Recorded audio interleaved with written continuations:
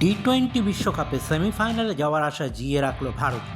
চেন্নাইয়ে সুপার 8-এর গুরুত্বপূর্ণ ম্যাচে জিম্বাবুয়েকে 72 রানে হারালো সূর্যকুমার যাদবরা। প্রথম ব্যাট করে 20 ওভারে 4 উইকেটে 256 রান তোলে মেন ইন ব্লু।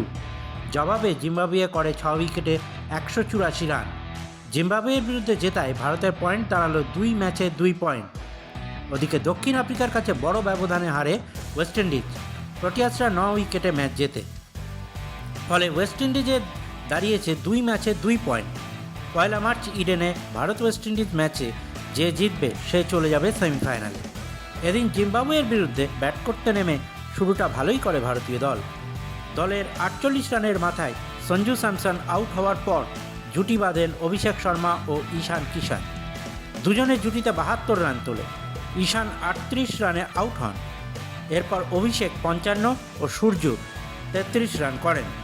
তবে সবাইকে ছাপিয়ে যান হার্দিক পান্ডিয়া তিলক বর্মা জুটি। দুজনে অবিচ্ছেদ্য জুটিতে 84 রান করে। হার্দিক 23 বলে 50 এবং তিলক 16 বলে 44 রান করেন। জবাবে ব্যাট করতে নেমে প্রথম দিকে কিছুটা ধীর গতিতে রান তুলতে থাকে জিম্বাবুয়ে। মাঝ পর্বে বেনেট ও সিকান্দার কিছুটা রান দ্রুত তুলতে থাকে। বেনেট দুরন্ত ব্যাটিং করতে থাকেন। যদিও অর্শদীপ সিং দ্বিতীয় স্পেলে এসে সিকান্দার রাজাকে ফেরাতেই ছন্দপতন হয় জিম্বাবুয়ে ইনিংসে। দ্রুত 3 উইকেট তুলে নিয়ে জিম্বাবুয়ের মেরুদণ্ড ভেঙে দেন। একমাত্র বেনেট ওপেনিংয়ে নেমে 97 রান করে শেষ পর্যন্ত অপরাজিত থাকেন। জিম্বাবুয়ে 6 উইকেটে 184 রান তোলে। ভারতের জয়ের পাশাপাশি এদিন সকলের নজর ছিল তিলক বর্মা ও অভিষেক শর্মার ব্যাটের দিকে। ঘরে বাইরে সমালোচনার মুখে পড়েছিল এই দুই ব্যাটার। দলের মধ্যেও এদের ফর্ম নিয়ে প্রশ্ন উঠেছিল। তাদেরকে নিয়ে চাপ ছিল কোচ গৌতম গম্ভীরেরও। অভিষেককে ওপেনিংয়ে নামালেও তিলককে 6 নম্বরে নামান। অভিষেক 55 রান করে গম্ভীরের মান বাঁচান। তিলকও 6 নম্বরে নেমে মাত্র 16 বলে ঝকঝকে 44 রানের ইনিংস উপহার দেন।